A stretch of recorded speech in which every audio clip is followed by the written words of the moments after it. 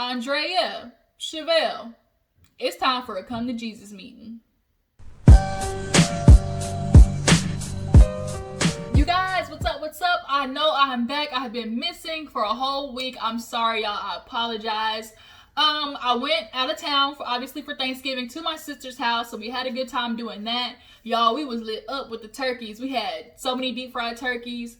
We had the Cajun deep fried turkey, a jerked turkey, fried turkey. We had a jalapeno butter one. That one was lit. I don't even eat turkey like that, but I was eating that turkey. It was good. Then we had just a regular smoked turkey, and then we had a deep fried, what's the other one we had?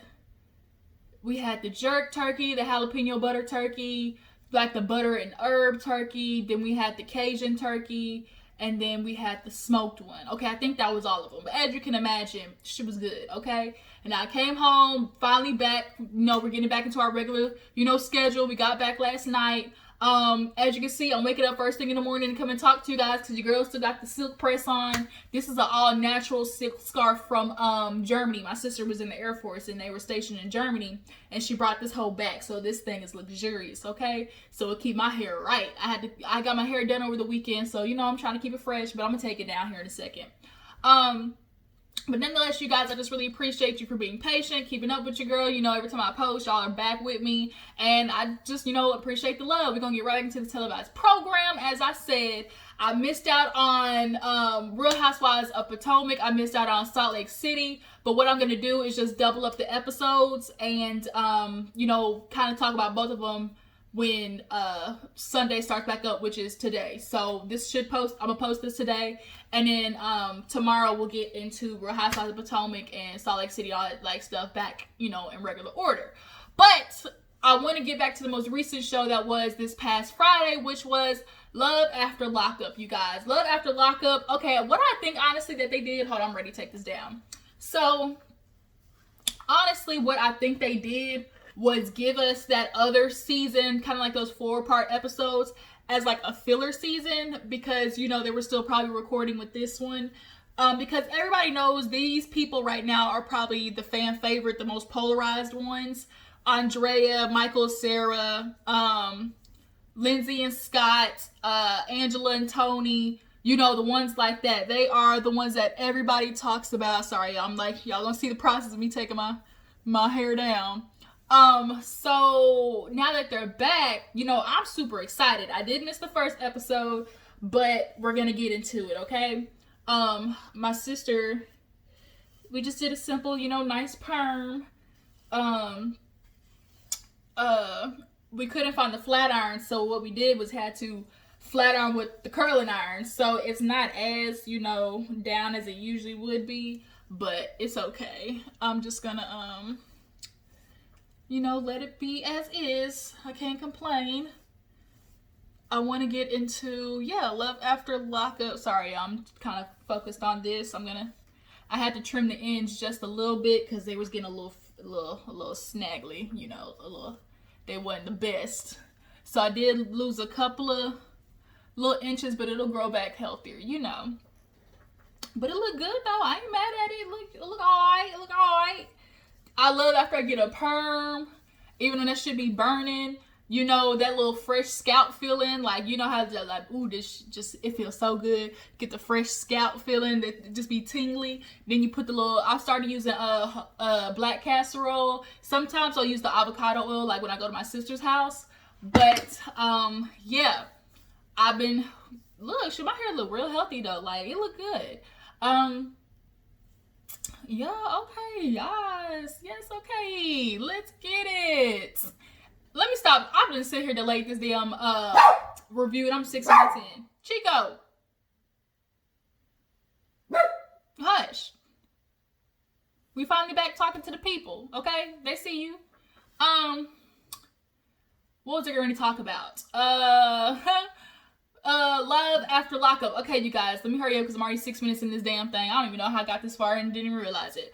Okay, so Love After Lockup, let's open up with Destiny. Y'all, Destiny is batshit crazy. That's just what it is. She ends up leaving Shawn, finds out she took like a little pregnancy test. I think it came back inconclusive. She threw it in the trash. Shawn found it, but when he found it, she was already gone. She dipped. Destiny took his car, his card, his money, and took off. And now she's like, oh, you know, I'm just stressing so much. I'm just really feeling like running. Like, I just don't want to do it anymore. Like, she got out of prison, and then her old shit came back and caught up with her behind, because you can't do stupid stuff like break the law, think it's funny to cut off your ankle bracelet, send it back to the parole office, and think they're not going to, like, punish you. Like, first of all, they already punish people enough for the dumbest shit. Like, you think they're going to sit there and punish you over doing something that intentional, Destiny?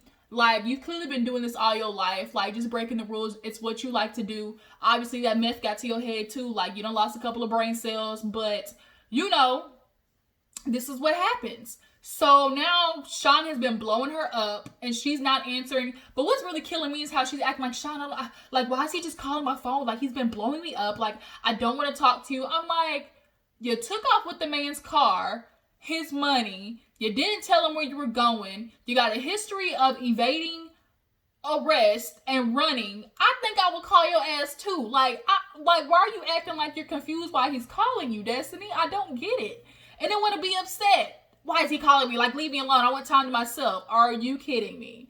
So as she's driving, she said she couldn't feel nothing in her arm. It was tingly. So the producers tell her to go to the hospital. She goes to the hospital, stays like for a long time, comes out, and she's like, you know, they did a urine test. She actually ends up going over to her sisters. Brittany, I think it's Brittany. So she tells the sister actually that she's not pregnant. She just has like stomach issues. She was throwing up. I probably understand what it is. It's probably a little bit of IBS mixed with, you know, that inflammatory intestine. I think that's what she said. The shit hurts. I experienced it, so I know. So she goes into the sister's house and just like, Shawn is getting on my nerves. Like, he keeps blowing me up. Like, I just need time to myself. You know, I'm just gonna bring my stuff and, you know, just come in and chill and relax because I'm just stressed right now. So Shawn, while he's a little ugly behind, is in the pool, calls the sister and was like, look, have you seen your sister Destiny? Destiny's in the back talking about, you ain't seen me. Of course, this sister did what a loved one does, which is stick up for her. She told the lie, talking about, oh, no, I haven't seen her. You know how she gets. She just probably needs a little time to breathe and think about things. And he's like, look, I'm still on the hook for $50,000. And that's another thing, too. It's not that he necessarily just cares about the money. He just understands what losing that $50,000 means for himself and his family. Because, Destiny, you seem to forget, he has 6 freaking kids. 6 college tuitions, 6, you know, proms, 6 homecomings. Like, that's a lot. And $50,000 can definitely contribute to that. On top of that, dealing with Kelly, you want to talk about, oh, I just don't understand why he's calling Kelly. And like, he has to hide the number because anytime he mentions Kelly's name, you flip a lid. Like, first of all, you need to go to therapy, Destiny. And secondly, that's the mother of his children. Like, why are you making it so difficult? He does not, you wouldn't want to be with the man that chooses somebody over his own goddamn kids, which is what the freak goddamn Andrea does. We're going to get into her ass in a second. But nonetheless, he's like, oh, well, what if I come down there, you know, we can go look for her together. She's like, I don't know the spots that she goes. Look, just let her be. She'll come back to you. Everything will be fine. And Shawn's like, okay, but he's still blowing Destiny up while she's sitting there acting stupid, like she don't know why. Moving on, Lindsey and Scott. Lindsey is another crazy one. Her and Destiny, honestly, are one and the same. They like to talk about the dude, how he's a liar. He ain't telling me the truth, and I don't know nothing about him, and it's like, but both of y'all had admitted to not telling the other one the truth. Destiny, you lying, saying that you didn't do no carpet munching in prison and talking about all these other secrets. I think I heard that she got some kids somewhere that she gave up, if I'm not mistaken. And then here it is, Lindsey, she doing the same exact thing to Scott. She ain't telling Scott that she got to go a whole side chick. That she got a whole girlfriend on the side. And so now they're having these issues because Molly Grace left and she's confronting him about him contacting this ex of hers. Hold on.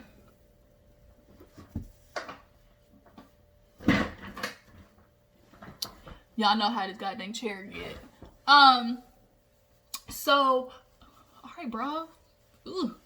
You know how something your bra be sliding down? I don't like that. I'm sorry, y'all had to get my chi-chi situated. So, Yeah, so she's talking about, why did you message him? You're talking about, oh, you know, how was it with you and Lindsey? You know, y'all broke up, so obviously either the sex was lame or she's psycho. Basically, that's what Scott think. Like, he called it, oh, I was just saying a man thing, which, I mean, I get it. For most men, it's either like, oh, she wasn't good as in bed as I thought she was, or two, like, she really is crazy and I ain't got time to deal with this.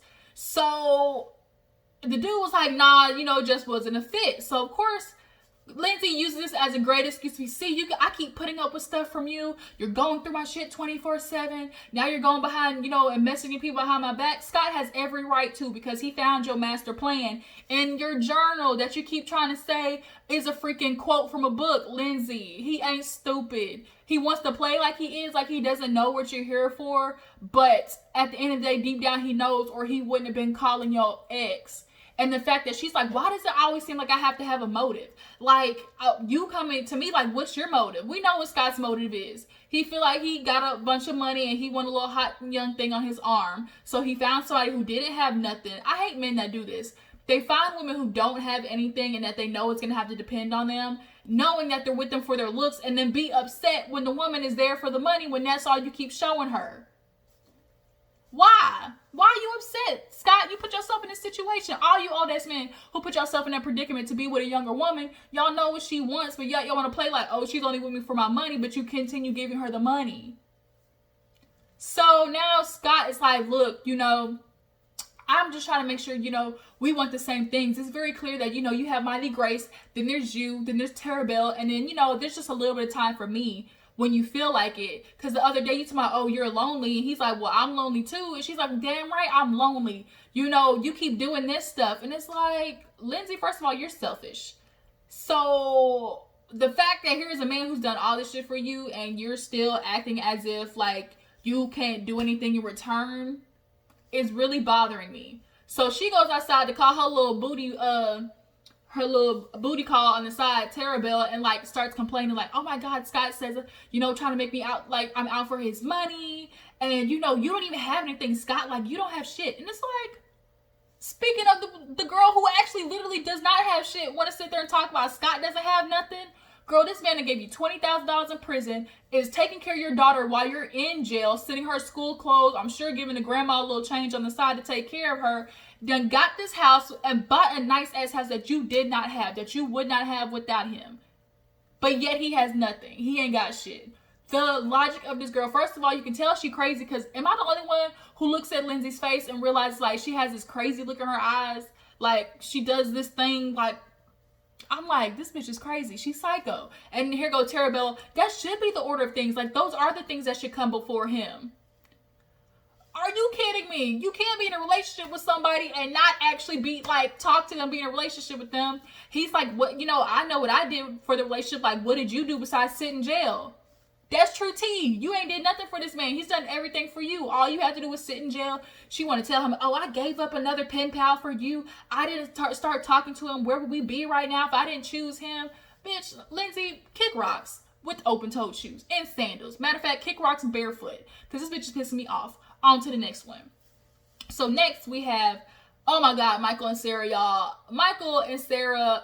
First of all, Sarah, you're addicted, not only addicted, but you're addicted to the drama with Michael. I think you've gotten so used to constantly fighting with him that you don't know any difference. I do feel like you genuinely do like Malcolm, but you also like the fact that it does piss off Michael because of all the shit he's put you through. I get it. Trust me, girl, I get you.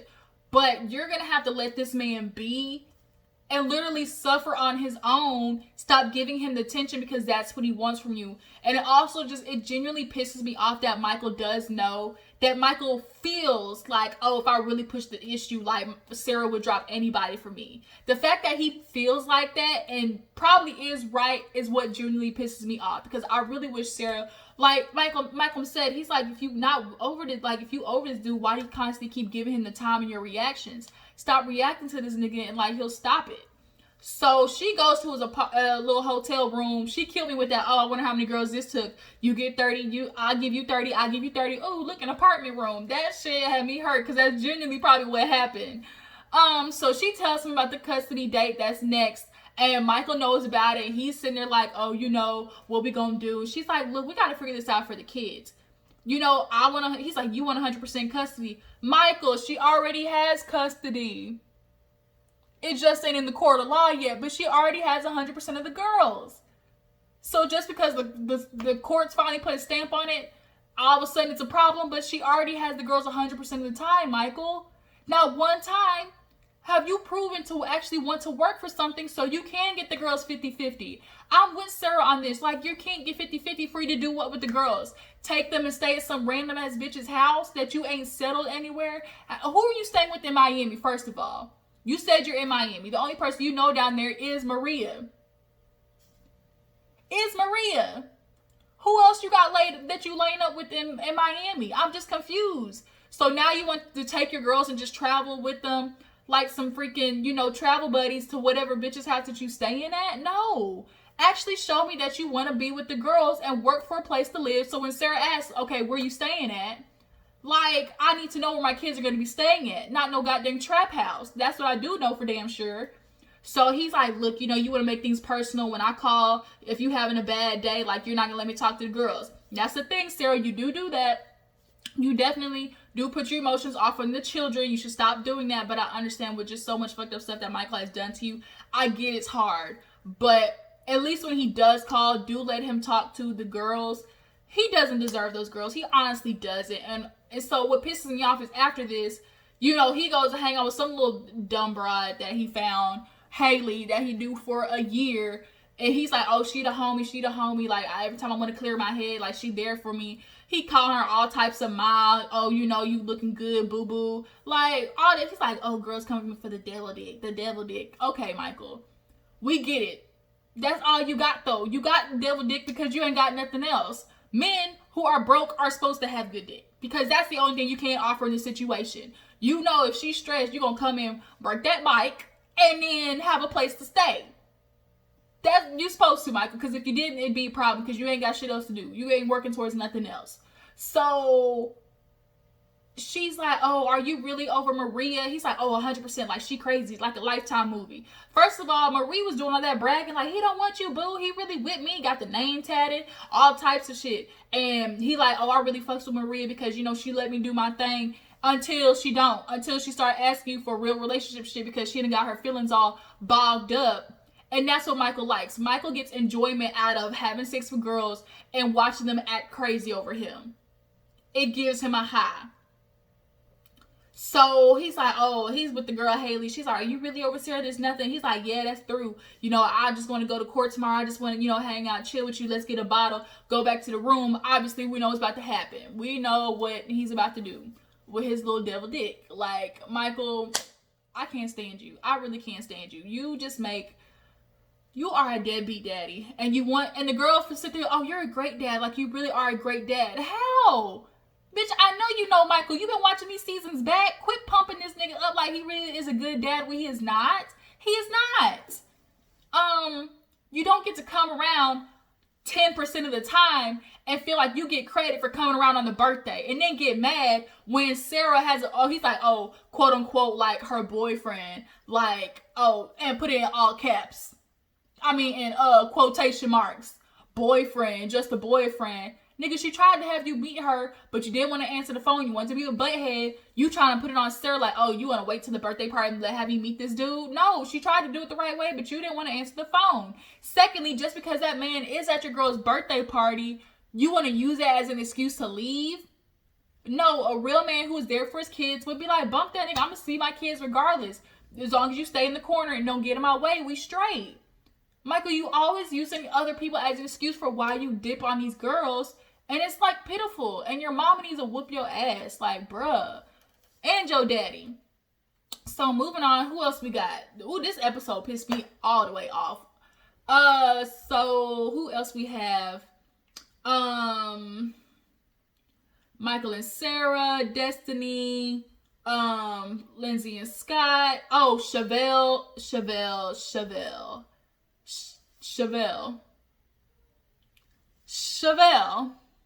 Sweetie, stop playing. We know you want this nigga back. So she's talking to her mom in the kitchen. Like, her mom kills me with that old school, like, gold lipstick. Man, that gold lipstick is just bringing me back. Because my mom used to wear that back in the days. So, So the mom was like, look, you need to, this is what he did to you. You gave this man everything and he still did you dirty. Leave that nigga alone. Now she's like, I just want to be single. You know, I feel like I need to be by myself. And the mom was like, first of all, do not go back to him. And Shavel, I'm seeing you and you very obviously have a continuous problem. You keep giving your all to these niggas and feeling like that's going to make them stay. You bought this car for him. You allow him into the house because you feel like, oh, if I give these things to him, he's not going to want to leave. I'm doing all the things to make him, you know, not want to leave instead of doing things to make him stay. Like, you know what I mean? Like, those are two totally different things. Like, you keep giving everything to these dudes. Like, stop, Shavel. Like, have some more confidence about yourself. Have some more security about yourself to stop giving all your all to these niggas and be upset when all the red flags are there. But you keep ignoring them because you want to have a daddy for M.I.A and a nigga for you to have sex with because you lonely. Like, stop doing that. You forced that man on your daughter, which also pissed me off. So now she got D-Mark, her cousin. He's like, I know the game. He said, I said the same shit Quaylon did. Talk about, oh yeah, I'm going to be there for you. We're going to, you know, take over the world and like, we're going to make everything. He said, I was Quaylon, so I know. So I'm not surprised. So they try to get Shavel to delete the number, and she's struggling at first. They like, if you over him, if you done with him, delete the number. I'm like, we know she know that damn number by heart, okay? Quaylon been calling, but she ain't been answering for right now. But she's gonna get lonely. She's gonna get a little horny, and she gonna call him back because Shavel doesn't know how to like be by herself. I don't think she really honestly genuinely knows how to be like by herself. And women who are like that concern me. Because then what's your daughter going to see? All these men coming in at your house because you can't be by yourself. D-Mark, I'm glad he called him out. He's like, I get the game. I was in prison for 5 years. You say anything, first of all, to survive in prison. And secondly, because mentally you're just alone. You want somebody to talk to. So you just say whatever so you can get whatever you can. Like, Quaylon, we see you, boo-boo. Shavel, go get some help. Last but not least, y'all, let's talk about Andrea. Andrea pisses me off. Lamar has this daughter, and Andrea doesn't want him to talk to the daughter. Like, you want to be with a nigga that abandoned his kids? Andrea, I want you to think about that. So I don't appreciate the fact that Lamar is having Priscilla keep this secret. Like, that is wrong to do. But it's like, Andrea, I'm just concerned the fact that you're not looking about the bigger picture with the fact that here is a man that's missing from his daughter's life for all these years. And he wants to build that relationship with her, and you're keeping him from doing that for what reason? Because, oh, he had a relationship before you? Oh, because if he talked to the daughter, he might have to talk to the mom? You're insecure, and you need help. And you need to quit using the Mormon church as your reason to try to figure out and neglect your Ghanaian history, your blackness, because it's very obvious that you feel like, oh, I can't hang out with those ghetto hood folks in LA. I'm not one of them. You're giving me that type of tease. So Priscilla meets the daughter, like, they're super good. I wish Lamar did have a chance to, like, really talk to the daughter individually. But you can tell, like, Priscilla, like, the daughter, like, was hurt. Like, I didn't know my dad. I didn't know what he sounded like. Now here it is, Priscilla's going to have a life that I wish I had. You know, that's very disappointing. And I'm glad Lamar is just like, I'm mad he's going about it sneakily, but the purpose at the end of the day is for Priscilla to know she has a sister. Like, there's family out there. And Andrea, if you fuck that up, like, that's super messed up. It's messed up. Speaking of Andrea, she takes Tennison to some little Mormon dude. First of all, why you keep taking your son to these white folks? Why has there not been a black person yet that you've taken your son to actually see as a mentor? And you can't, I mean, I know there's obviously there's other black Mormons, but you keep taking them to these white folks. Why? Andrea, you're not one of them. The Mormon folks wasn't even accepting Negroes until like last week. So now she want to go to him, talking about, oh, I want you to inspire Tennison to lead, tell him all the good things. And Tennison, you want to be mad that he blow your shit up in front of the dude. Well, you shouldn't have took him there. We want to sit there and play, oh, we all good on the outside, and my son gonna be working for the Lord and stuff, and then you sitting here and your shit stink, thinking you don't. He to my mom, I'm not leaving. Like, look what Priscilla, look what you and Lamar are going through, constantly yelling and fighting. Oh, you think we're gonna abuse Priscilla? No, but she's definitely gonna have to deal with some emotional, you know, and mental stuff because y'all two keep arguing mainly on the basis of you. So Tennison leaves because Andrea's not getting it. You're so focused on, why are you embarrassing me? Why'd you say all that in there? You wanted me to talk to him, so look here. let's talk then. Let's talk real tea. Andrea, you are not healthy, child, and you keep trying to blame LA, but your kids feel this way.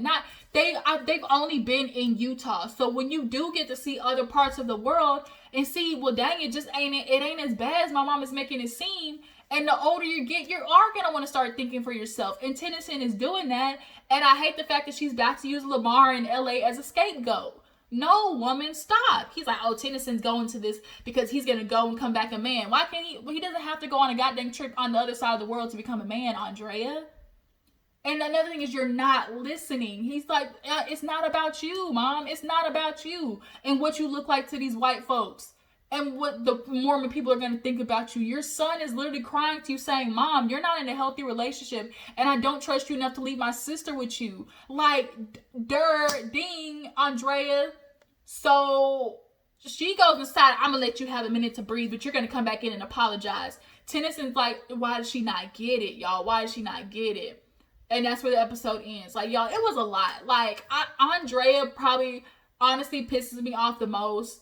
Andrea, then Shavel, then Destiny, then Lindsey. That's the order.